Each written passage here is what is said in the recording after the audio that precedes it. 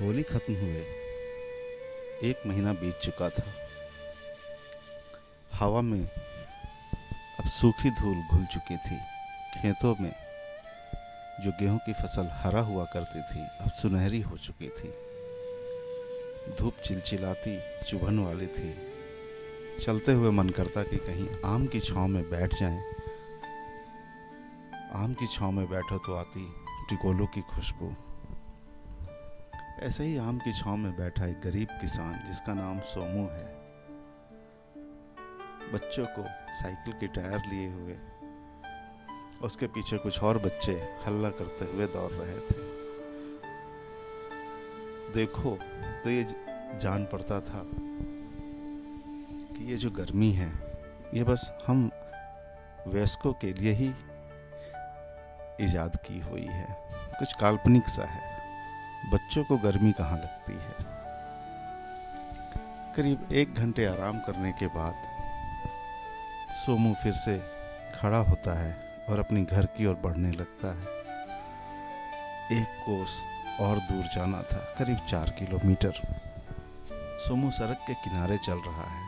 चलते चलते कुछ गहरी सोच में डूबा हुआ है। तभी पीछे से एक मोटर कार की आवाज़ आती है। सोमू थोड़ा चौंक जाता है और खड़ा होकर देखता है तो सामने से गांव के जमींदार की मोटर गाड़ी गुजर रही है। मोटर गाड़ी में गांव का जमींदार, उसके लठैत और गाड़ी धूल उड़ाते हुए सोमू के सामने से गुजर जाती है। सोमू गाड़ी के गुजरते ही फिर चलने लगता है। सर झुकाए जमीन को देखते हुए चला जा रहा है। कुछ दूर और चलता है उसका दोस्त राम सेवक दिखता है, जो अपनी बैलगाड़ी लिए पेड़ के नीचे ठंडे में थोड़ा सुहता रहा है। सोमू उसे देख के थोड़ा दूर से ही चिल्लाता है, और राम सेवक भाई यहाँ कैसे? तो राम सेवक कहता है कि बगल के गांव गया था। ये बताओ तुम कहाँ से धूल फांक के आ रहे हो? सोमू मुस्कुराते हुए कहता है, अरे कुछ नहीं, मंडी गया था कालू सेठ के यहाँ। मंडी का भाव जानने कि इस बार मंडी में गेहूं की क्या कीमत चल रही है। दाम अच्छे मिल रहे हैं, सोच रहा हूँ इसी इतवार कटाई करा लूं। राम सेवक कहता है, हाँ ये तो अच्छा सोच रहे हो, चलो अच्छा हुआ मिल गए।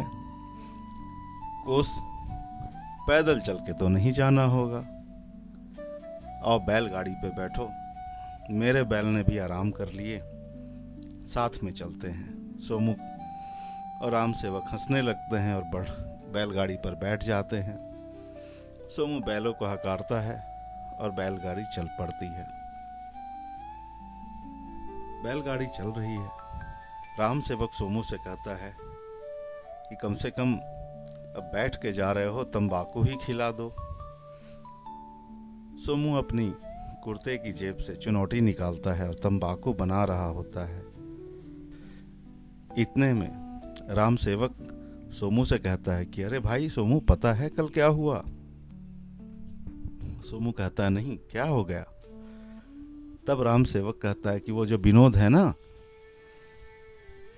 विनोद ने जमींदार से कुछ कर्ज लिया था, बेचारा कर्जा नहीं दे पाया।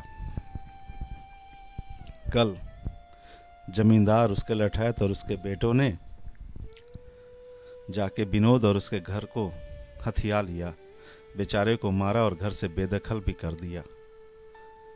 यह सुनकर सोमू कहता है, हाँ अभी देखा मैंने, जमींदार की गाड़ी धूल उड़ाते जा रही थी।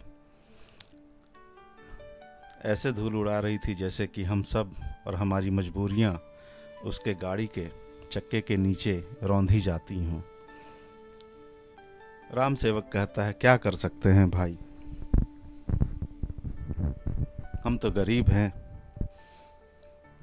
शायद हमारे नसीब में यही लिखा है खेती करो, बैल हाँको और मर जाओ कर्जा चुकाते चुकाते। सोमू कहता है छोड़ो जाने दो, बुरा तो लग रहा है लेकिन क्या कर सकते हैं, और विनोद अभी कहाँ है। तब सोमू कहता है कि अब जमींदार के यहाँ ही उसका बंधुआ बन गया है, उसी की खेती करेगा और उसी के निवालों पे पलेगा। इतना कहते कहते दोनों सोमू के घर पहुंच जाते हैं। राम सेवक सोमू को राम राम कहता है और सोमू उसके बैलगाड़ी से उतर के अपने घर चले जाता है। एक टूटी सी छोटी सी झोपड़ी है।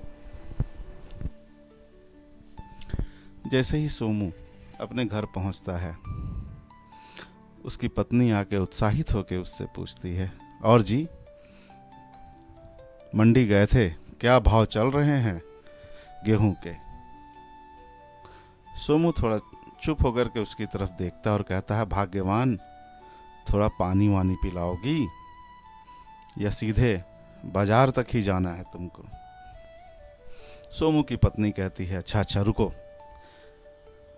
मैं पानी लेके आती हूँ। सोमू की बीवी जाकर के चारपाई बिछा देती है और रसोई से एक लोटा पानी लेकर आ ही रही होती है कि कारू, सोमू का इकलौता बेटा जो कि 6-7 साल का है, घर में आता है। स्कूल का बस्ता उतार के माँ से कहता है, माँ जल्दी से कुछ खाने को दो, भूख लगी है, मुझे खेलने जाना है। सोमू की पत्नी कारू को कहती है, रुक जा, कपड़े बदल, अभी खाना ला देती हूँ। इससे पहले कि कारू की माँ उसे खाना देती, सोमू रसोई में जाकर एक रोटी के ऊपर थोड़ी सी तरकारी ले लेता है और गोल घुमा करके उसे खा रहा है। सोमू की पत्नी सोमू को पानी देती है और कहती है, रुको खाना ले आती हूँ। तभी सोमू आसमान की तरफ देखता और कहता है, पहर तो बीतने को चला भाग्यवान, अब रात में ही खाऊंगा, एक प्याली चाय पिला दो, थकावट बहुत हो गई है। सोमू की पत्नी कहती है, रुको अभी बना देती हूँ। वो रसोई घर में जाके चाय बनाती है और कारू को कहती है, कारू अच्छे से बैठ के खाना खा, अभी चाय बना रही हूँ, जाके बाबा को चाय दे आ। कारू थोड़ा चिढ़ जाता है और कहता है, क्या माँ, अभी तो स्कूल से आया हूँ और लगी तुम काम बढ़ाने। तो सोमू की पत्नी कारू से कहती है, अच्छा बाबा, मैं ही ले जाती हूँ, तू जा खेलने। तब कारू कहता है, माँ लेके तो जाऊंगा, लेकिन एक शर्त है। तो कारू की माँ कहती है, क्या है शर्त, बता। तो कारू कहता है, बताओ, थोड़ी सी चाय मुझे भी दोगी ना। तो कारू की माँ कहती है मुस्कुराते हुए, अच्छा ठीक है बदमाश, थोड़ी सी पी लेना, जा बाबा को चाय दे आ। कारू जाता है, अपने पिता को चाय देता है और दौड़ के रसोई आ जाता है और बोलता है, चलो मुझे भी चाय दो। कारू की माँ उसे चाय दे देती है। कारू जल्दी से चाय पी करके अपने दोस्तों के साथ खेलने भाग जाता है। तब सोमू की पत्नी सोमू के पास आती है और कहती है, अब बताओ कैसा रहा मंडी जाना। सोमू कहता है, गेहूं के दाम अच्छे मिल रहे हैं, वही बात राम सेवक से भी हो रही थी, सोच रहा हूँ इस इतवार फसल कटवा लूँ, अगले मंगलवार तक साफ सफाई करा के कालू सेठ के यहाँ जाकर फसल बेच आऊँगा। सोमू की पत्नी सुनकर बहुत उत्साहित होती है और कहती है, सुनो जी, रात में तरकारी बनाने के लिए तेल और नमक नहीं है, जरा सेठ जी के यहाँ से जाकर ले आओ। सोमू खड़ा होता है और अपनी जेब टटोलने लगता है, जैसे जेब में कोई गड़ा हुआ खजाना खोज रहा हो, और जमीन की तरफ देखने लगता है। सोमू जैसे ही कुछ कहता, सोमू की पत्नी बोल उठती है, हम और तुम बिना नमक और तेल के खा भी लेंगे, बच्चा मानेगा क्या? सोमू कहता है नहीं नहीं, ऐसी बात नहीं है, फसल तो कटनी ही है, जाता हूँ सेठ के हाथ पैर जोड़ के आधा लीटर तेल और एक पुड़िया नमक के ले ही आता हूँ। सोमू की पत्नी सुन के थोड़ा उदास हो जाती है, फिर कहती है और कर ही क्या सकते हैं। सोमू अपने घर से निकलता है और सेठ जी के दुकान चला जाता है। यहाँ जब सेठ जी के यहाँ सोमू पहुँचता है तो सेठ जी गांव के कंपाउंडर के साथ बैठे हुए चाय की चुस्की ले रहे हैं। सोमू दोनों को देख के प्रणाम करता है और सेठ जी से कहता है कि सेठ जी थोड़ा सौदा चाहिए था। सेठ जी कहते हैं हाँ हाँ, क्यों नहीं सोमू, आज तो नकद लाए हो या आज भी उधार ही लोगे? ये सुनकर गांव का जो कंपाउंडर, जो कि अपने आप को बहुत बड़ा डॉक्टर समझता था, वो तंज भरी मुस्कान सोमू की तरफ देता है और चाय की चुस्की लेने लगता है। सोमू सर झुकाए कहता है फसल की कटाई होने वाली है सेठ जी, जल्दी ही कर्जा चुका दूंगा, आज भी उधार ही ले जाना होगा, अभी तो जेब में एक ढेला भी नहीं है। सेठ जी मुस्कुराते हुए कहते हैं कोई बात नहीं है, 5,000 का हिसाब हो गया है तुम्हारा। सोमू कहता है जी सेठ जी, अगले 15 दिन में पूरे पैसे चुका दूंगा सेठ जी, बहुत कृपा है आपकी, आपने बहुत ध्यान रखा है हमारा। सेठ इतराते हुए डॉक्टर को देखता है और कहता है कि डॉक्टर साहब अगर हम ना हो तो पूरा गांव ही भूखा मर जाए, हम तो जमींदारों से भी ज़्यादा काम आते हैं इनके। इतना कहकर सेठ हंसने लगता है और सौदा नाप देता है, आधा लीटर तेल और एक पुड़िया नमक। तभी सोमू पूछ पड़ता है कि डॉक्टर साहब यहाँ अचानक कैसे सेठ जी? तभी सोमू धीमी स्वर में पूछ पड़ता है कि अचानक डॉक्टर साहब सेठ जी? डॉक्टर साहब एक मोटे से आदमी, आंखों पे मोटा चश्मा, गर्दन में स्टेथोस्कोप लिए हुए, उनकी लाइट वाली साइकिल वहीं खड़ी। डॉक्टर साहब इतरा के कहते हैं हाँ सेठ जी के बच्चे को बुखार है, 102 हो गई है, कल से बुखार में तप रहा है बच्चा, आज इन्होंने बुलाया, सुई और गोलियां दे दी हैं, बच्चा कल तक ठीक हो जाएगा।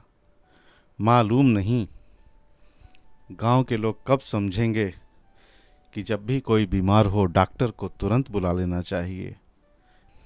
गांव का कंपाउंडर जो खुद अपने आप को बहुत बड़ा डॉक्टर मानता था, इतराते हुए बोला।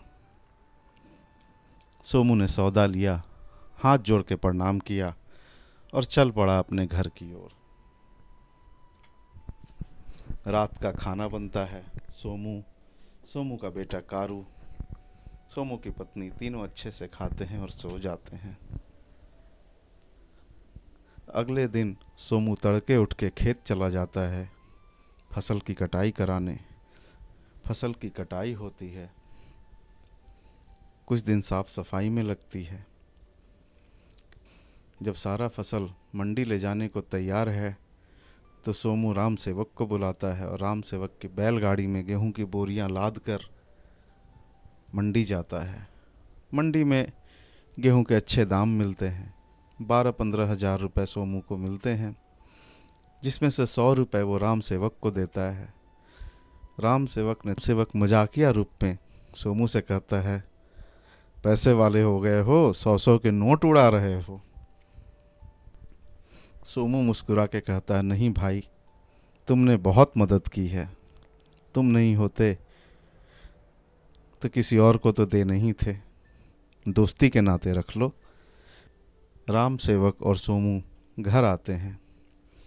रास्ते में बाजार से सोमू ने बच्चे के लिए नई कमीज, नई पैंट, पत्नी के लिए नई साड़ी, नई चप्पलें खरीदी। घर आता है, सबको उपहार देता है, बाकी बचे हुए पैसे अपनी पत्नी के हाथ में रख देता है और कहता है भाग्यवान तुम ही चलाओ घर। उसमें से 5,000 रुपये अलग करके सोमू जल्दी से जाके किराने वाले सेठ को दे आता है। सेठ जी मुस्कुरा के कहते हैं, चलो भाई सोमू, ये हिसाब, पुराना हिसाब तो बराबर हो गया, आज से नया हिसाब चालू करो। सोमू हंसने लगता है, सेठ जी हंसने लगते हैं। ऐसे ही सब कुछ बहुत अच्छा बीत रहा था। अचानक एक दिन कारू स्कूल से आता है और आके खटिए पे लेट जाता है। जब कारू की माँ आकर कारू का सर छूती और पूछती है, क्या, क्यों रे, आज स्कूल से इतनी जल्दी कैसे आ गया?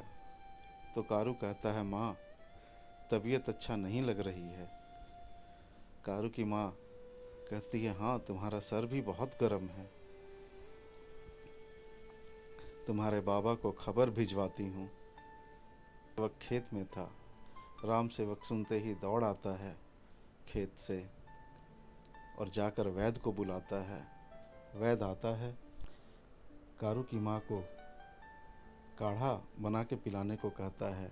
नब्ज देखकर कहता है कि जल्दी ठीक हो जाएगा, मौसमी बुखार है, और 50 रुपए लेकर चला जाता है। कारू की तबीयत रात में और बिगड़ जाती है। कारू दर्द से कराह रहा है।